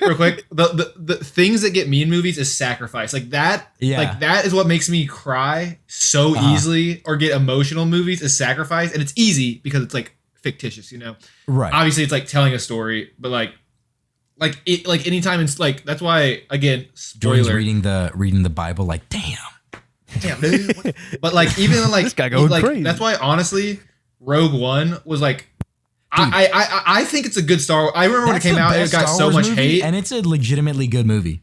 I thought it was amazing because like each Never one of seen it, them but gave go on. themselves up in order to like. Wait, what'd you say, Nick? I haven't seen it, but If I you're know g- what the end is. If you're gonna see a Star Wars movie, I It honestly should be the Han Solo origin movie. I did watch that one and it was entertaining, but like Rogue One. Donald Glover. People are like, Rogue One was okay, and I'm like, what kind of revisionist history is this? Rogue One. Yeah, I liked it a lot. That's the one. If you're gonna go through all of the Star Wars movies and say like, which one of these is a legitimately good movie? I think it's Rogue One. Okay, like it kind of. I did think there are other, but yes. But yeah, that movie is fucking great. I was already like, I wasn't anti Star Wars. I was just indifferent. Like I was like, Star Wars is good. Like I feel like that's honestly probably the right opinion. But then like Ryan Johnson has been an incredible filmmaker for like years. He made Looper, like an amazing sci-fi movie, like incredible. Ryan Johnson. And then like all that shit he got after making The Last Jedi, I was like, controversial opinion. I thought Last Jedi was pretty damn good. I thought it was good too, and I don't even like Star Wars that much. Because it's one of the least Star Warses, and that's why I liked it. Because like I like Star Wars as a franchise. Don't get me wrong, and like the original trilogy, yes, it did a lot to like push movies into like the big pop culture mainstream and like push like sci-fi nerd shit. Like yes, I historically I recognize it, but like it's the same story every single movie. Like the visuals are cool and it's very impressive whenever you go back with the original trilogy, what they did. But that's like MCU too, dude. Yeah, I was gonna say that's like Marvel. It's just like the same thing, and people just love it to love it, and it's like guilty pleasure, you know. I mean, that's where it's like I enjoy the MCU for like since I never grew up reading comic books, all of these storylines for me it's fresh, so I enjoy like connecting the through threads and everything. That's where I really like the MCU. It's like it's like COD zombies. only like 7 of them I would say are like legitimately good movies. Yeah, I feel that. If that, like Doctor Strange 1, maybe. Iron Man 1, Iron Man, yeah, Thor Ragnarok, also good. Guardians of the Galaxy 1, the first Guardians, Black Panther, Guardians of the Galaxy. I also think Age of Ultron was a really fucking good movie, but me too. That one also that slept on. Yeah, I was like, you don't like creepy James Spader? Like villain robot and Winter Soldier. Can't leave Winter Soldier out.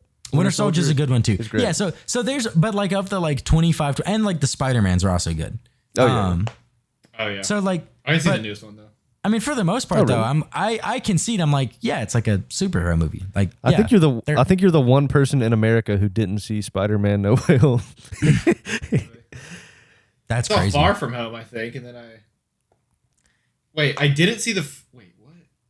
It was what? Homecoming? I didn't see Homecoming. Far From Home, No Way Home. Far From Home, No Way Home. I saw Far From Home. I didn't see No Way Home. You got a lot of weird home shit with little Tommy Holly.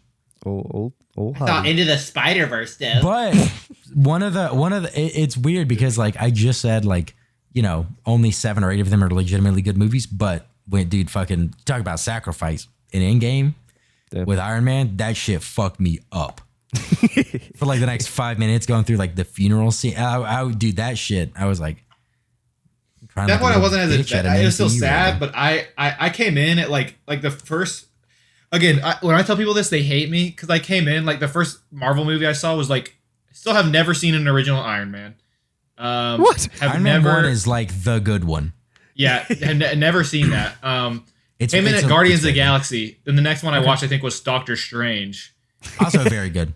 Underrated one. You're hitting the high. Then I watched like Infinity War, and then I watched the last one, and then I watched like Winter Soldier after that, and then I watched like Guardians of the Galaxy 2 at some point. I still haven't seen and then I watched Thor Ragnarok after too, but I still haven't seen most of them. Ragnarok is really good. Ragnarok's a really good one. I haven't seen most of them. Thor 1 is mid. Thor 2 is probably the worst movie in the MCU. The Gonzo's is like, what do you mean? It's like top 10. I'm like, you're what? That's one of the worst movies I've ever seen outright. That movie is such dog shit. Now, I mean, and I'll keep watching them, but yeah, dude, fucking, and I don't. But at the same time, I feel neither one way or the other than just shock at your order of watching movies. Like, who cares? Because I didn't care, Who cares? Infinity War came out when I was like, and I respect that. Like really close, so I didn't want to binge like every single, like I could have, but I didn't want to. Like I feel I feel like going to see those movies in theater, like that's what I did with Star Wars. Like I remember seeing episode 3 in theaters and like kind of like following it throughout the years is what like builds up the hype too. Like if I just binged them all in like a week and then I was like, I think the only Star Wars movies I saw in theaters was like Rogue One and then the like 7, 8, 9. I don't even think I saw episode 3. Well, episode 3 came out like when I was in like middle school or something. So it was like right. Was it? Yeah, it was like right when we were at the age to start going to movies. It was when we were in like 4th grade or something. I didn't know that. Honestly, it might have been 4th grade too. It was like early elementary school, I think. I'm pretty sure I've seen every Star Wars movie that's come out since then in theaters. It's just kind of like a tradition with my like. I didn't see. Stuff, that's what the MCU was with my mom. We would see all of them because I started at Iron Man 1. So like for me, all of the Endgame and everything that was like literally 11 and a half years of like story development and like emotional buildup. So, but if you don't like them, who cares? People freak out, like weird neckbeards freak out.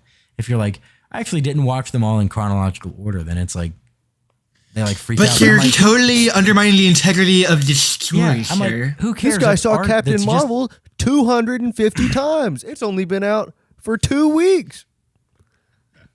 That is deranged behavior. That is more deranged than seeing Morbius. That's that many times. Jamie? Morbius made $1 more billion first weekend in box office. Vic and her friend went and saw Morbius, and while they were doing that, I think I was like here or something. She's I have not seen Morbius. They're probably they came back after hanging out and like seeing the movie, and they just came back and we were like hanging out, and I was like, so how was it? And they're kind of like Vic's seen probably more than half of the MCU, but her friend is very much like, we'll see the big ones if someone else wants to go, but not watching it. And they were both just like, it was a movie. And I was like, the fact that Vic is like talking shit, like mad shit about this movie, it has to be terrible. Because I'll walk out of movies pretty constantly and I'll be like, okay, like it was pretty good, but like this was kind of mid, this was kind of mid, Batman was kind of mid. And then Vic's like, did you just like not enjoy it? She's like Zach, where they're just like, what, you like hated it? I was like, no, I'd give it like a 7 out of 10. Like I enjoyed the experience, but the fact that Vic was just talking shit about it, I was like, there was nothing redeemable in this movie. That's funny. Like I heard some guys talk about like seeing Space Jam 2 in theaters, like the new one, and they talked about like how like it literally like made their lives worse. Like for like a week, it like just like ruined their mental health. But like to those people, I say go back and watch Space Jam 1 and try not to view it from a nostalgia standpoint. It's also not a good movie. Like it's fun and it's enjoyable, but like it's a kid's movie. And Space Jam 2 is Space Jam LeBron's 2 is like version of that movie. Like, it's a kid's movie. It's just like LeBron more it's not corporate for Space you, Jam. 35-year-old man named Doug. Rick and Morty in Space Jam. Yeah. There was I think Drew Gooden, he made a video about Space Jam 2 and he was like, yeah, it sucks. And he was like, but if you go back and watch Space Jam 1, it also sucks. He was like, I love this movie, but I recognize it's because I loved it as a kid. Mm-hmm. As an adult, the only reason I enjoy it is because I was a kid when I saw it the first time. Yeah. That was Eddie. Eddie saw Morbius 5 days in a row in theaters. That was his most recent video. He saw, and it was so fucking funny. Like multiple days, he was like, I tried to get Chrissy to go with me, and she refused to come see this movie with me. I think he tricked someone into going. He said they were going to see Everything Everywhere All at Once. And he was like, all right, you ready for Morbius? Oh, I kind of want to see that movie. I've heard it's good as hell. Have you seen it? Yeah, I want to see that. No, I need to go see it. I've heard like really great things about it. No, me and Nick wasted our movie theater experiences this past week seeing The Northman. We're way off track now. Anyways, yeah. We're done talking about the album, but yeah, The Northman, the most mid movie I've seen in a long time. Yeah. Incredibly mid is the perfect word for it. Middle. Yeah, it was like I would give it a 50%. Maybe 54%. Yeah. I'd give it 60. Because the action, some of the scenes were really cool. Like the final scene was a cool action thing, but overall I'm just like, bro, Anya Taylor-Joy was cool to see in it. She's very pretty. She's a very good actress. Yeah. The I don't see Skarsgårds Alexander were Skarsgård interesting. in many movies, but whenever he shows up, you're like it's a vast end of the spectrum. Like Tarzan, not a great movie. But like he's just a mammoth of a human being. He just looks like insane, like the human Hulk. Big Dog lives up to his last name. Yeah, he looks Nordic as fuck. but yeah, that movie. People are going crazy for like things, and I'm just like, why? Yeah, it was mid. It's kind of like how there's like a cult following behind The Lobster, which is the worst movie I've ever seen. No, that's not true.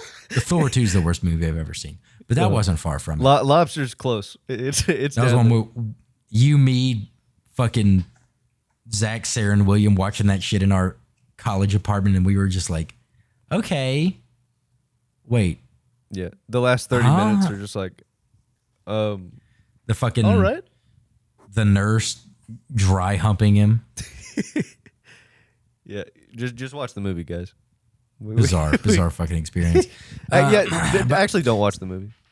Yeah, no, don't. Like, don't waste your time. So I guess we can. We've wrapped up our discourse on the album. I feel like we can. Episode. This is. It's still shorter than like the other two. Well, we're crawling towards the finish. Jamie, what's the rating? We've got a broken leg. We're army crawling. Someone's got to fucking execute us. I've got a compound fracture. The knee is out of my the bone is out of the skin. I'm gonna give it an 8.6. I think. Fair for reunions. How precise? I think 8.6. I thought about. I don't know. This was one where I didn't really know what I was gonna give it. I knew ballpark, but yeah. I'm gonna go 8.25, 8.25, a light 8, if you will. Okay, respectable. Jordan, what about you? I'll give it a 3.5. Okay. How generous of you, Jordan. I know. Thank you, sir. Thank you for blessing this album. You're welcome. Blessing. All right. So that puts it. I was just gonna see really quick. Go for it. This is the lowest you've rated a Jason Isbell album, Jordan. Good. Get fucked. Maybe I was just being nice for the first one, or maybe I honestly can't remember how much. Yeah. But yeah, so that puts it at an average of. Oh my god! I just sorted everything and lost it. That puts it at an average of 6.78, and it puts it at 36th, just below AM by the Arctic Monkeys at 35th, and just above Steady Glow by In Her Own Words at 37th. Arctic Monkeys and In Her Own Words were neck and neck. Interesting. Yeah. I love our spreadsheet. It's just weird how averages play out. I'm glad you got that. But yeah, so that's this week's stats. Jordan, what are we going to be listening to next week? So I changed it during the course of the episode because I realized that Did you get really pissed and pick something crazy? No, it's very similar to the one that I was going to pick. Death Grips. Okay. I don't think we've done this, dude. I honestly am getting to the point where I'm like, have we done this album yet? And I'm like, I'm very sure we have not, though. But don't worry. Sometime in the next 5 weeks, I'll put the spreadsheet online so you can consult it. Okay. But we will be listening to the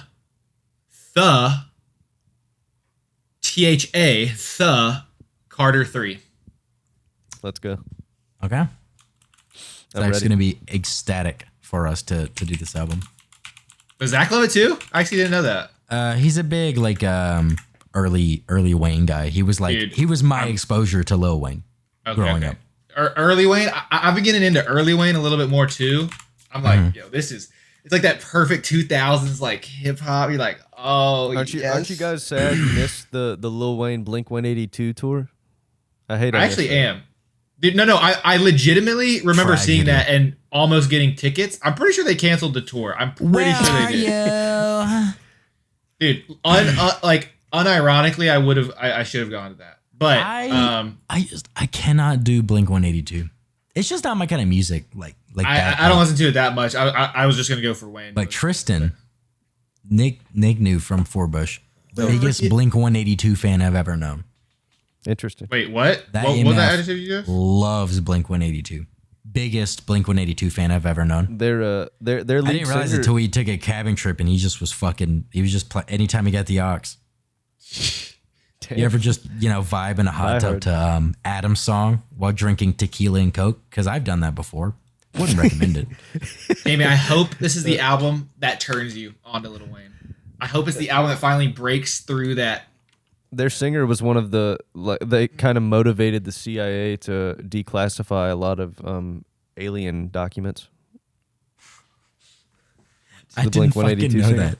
That is so funny.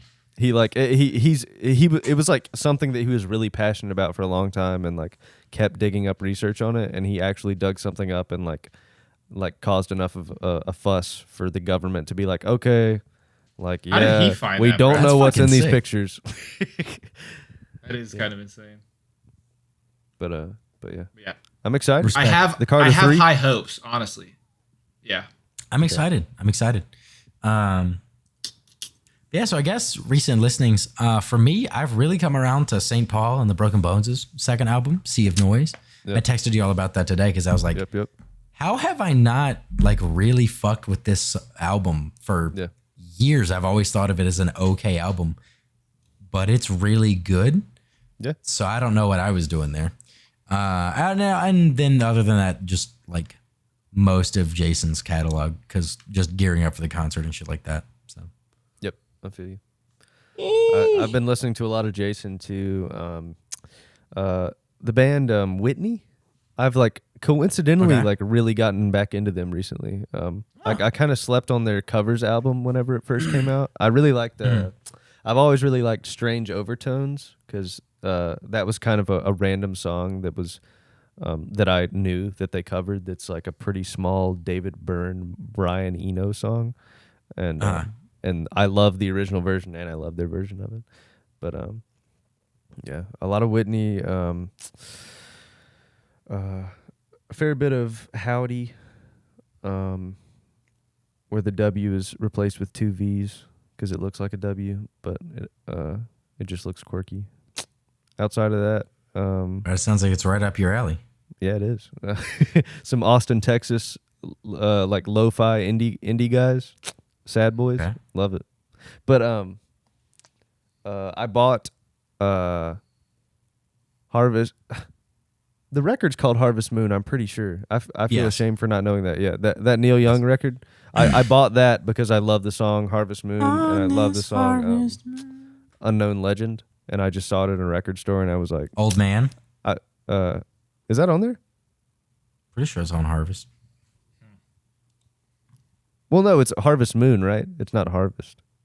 Hang on. Harvest is the old one. Harvest Moon is like the 1992 one or something. Yes, I'm thinking of Harvest. You're correct in talking about Harvest Moon. I got you. But yeah, I was right. It sounds great on vinyl. Oh, fuck. I forgot to mention new Push albums. Fucking fire. Oh, it is good, yeah. Yeah, I've been trying to listen to it. I listened to the for a couple songs, but I haven't listened to the rest yet. I've actually really liked Denzel Curry's newest album. I didn't listen to it for a little while, and I listened to it for the first time like this week, and I was like, man, I really like this. Like a lot. I like some of his old stuff, but pretty much this whole album I really enjoyed, and that hasn't been the case with his older stuff. So I should check it out. Kendrick album next week. Yeah, Kendrick album next week. Could be a double album. Bro. Mr. Morale and the Big Steppers. I am trying to temper my expectations, but it's very difficult. I keep forgetting that it's literally like a week and a half away. Yeah, because it was announced so close to it. Yeah.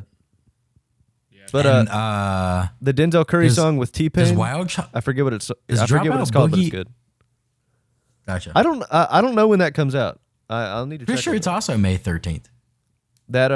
But that Future's second album single. Came out too? I haven't listened to that yet. That Future album kind of sucks. Really? It's Future. That's how I feel about Future. I'm not a huge. That's because Future you don't fan, even but- like Future that much. But, What like, other songs by Future do you like? Like, are you? Would you call yourself a Future fan, Jamie? No, I mean most Future I've heard, I'm just like, eh. Exactly. That's I feel what I like said. I said Well, that's I feel how I like- feel about Future. Some No, of the I know, I songs feel are like- decent. Some of the songs are okay, but like so many of the lyrics are just hilarious, and Yeah. but that's the way Future is. Yeah. He just doesn't care.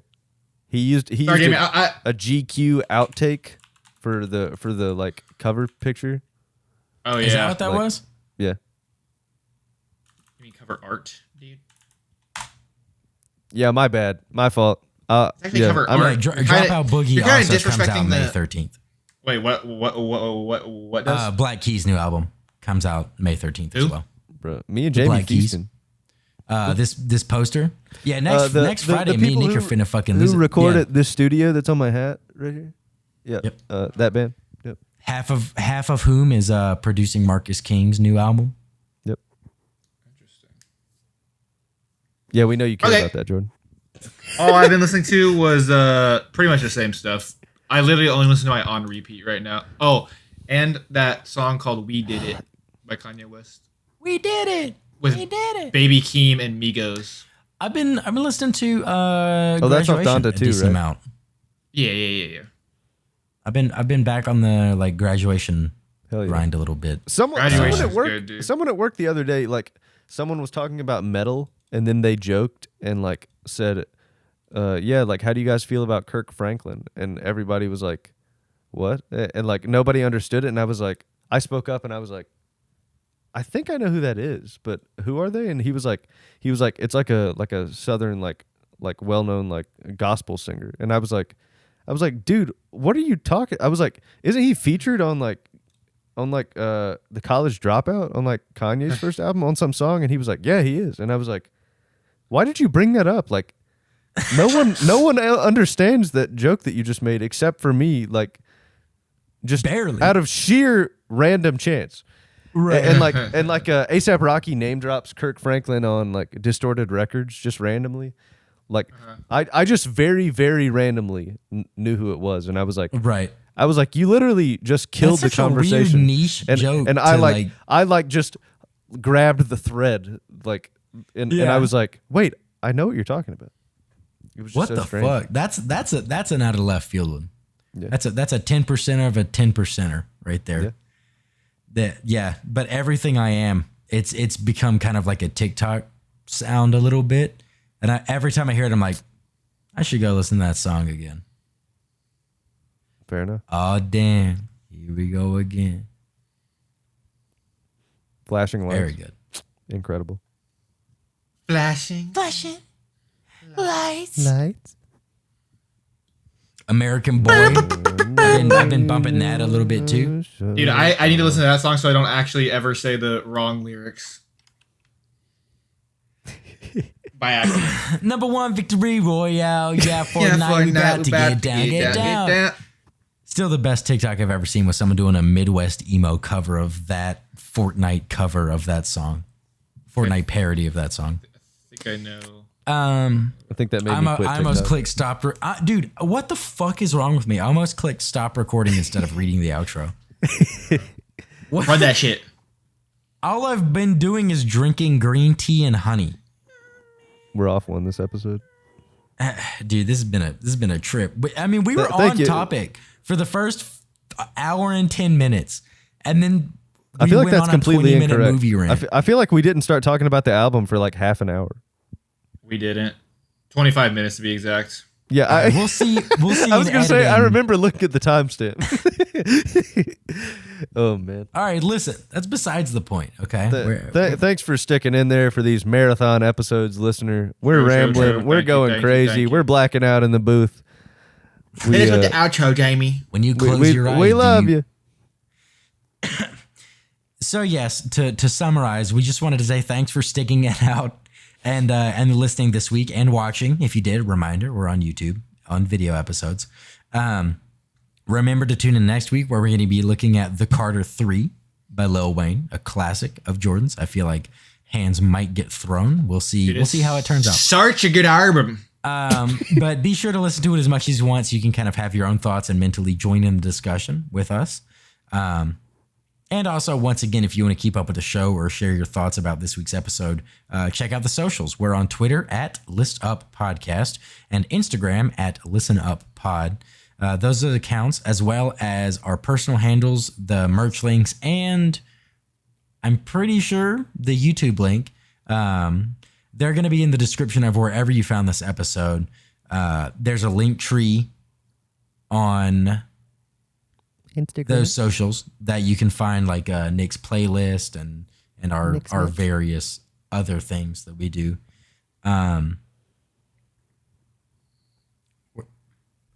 Were you putting out a new one this week, Nick? Or there will be a new one this week. Wait. I think there will be. Yeah, it's been right. Yeah, we didn't have one last Sunday. Yeah, there'll be one this week. All right, so there's gonna be Nick's Mix Volume 3. Yeah, we totally. Dude, it's been a hell of a 4 days for everyone involved. Bro. Nick went from 3 days of music in a row to. I've actually been preparing for it better than I have in the past too. So it's funny that I forgot to mention it, but. We totally blanked. I was kind of, while I was reading it, I was looking at you and I was like, Nick's not reacting. So we got one. We got one coming up. Yeah. So there'll be the next, when you listen to this episode, there will be a new volume of Nick's Mix playlist will be out. You can find it at the link tree at those socials. Once again, Twitter at ListUpPodcast, Instagram at ListenUpPod. Sorry, we're fucking on one. And finally, if you enjoyed this episode / train wreck, if you want to call it that, if you could throw a rating or review on your respective platform, that'd be great. Helps us out, helps us grow. Maybe at some point you'll meet a friend through the show and then we'll have helped you out too. But yeah, other than that, for now, we'll catch you next week and remember to listen up.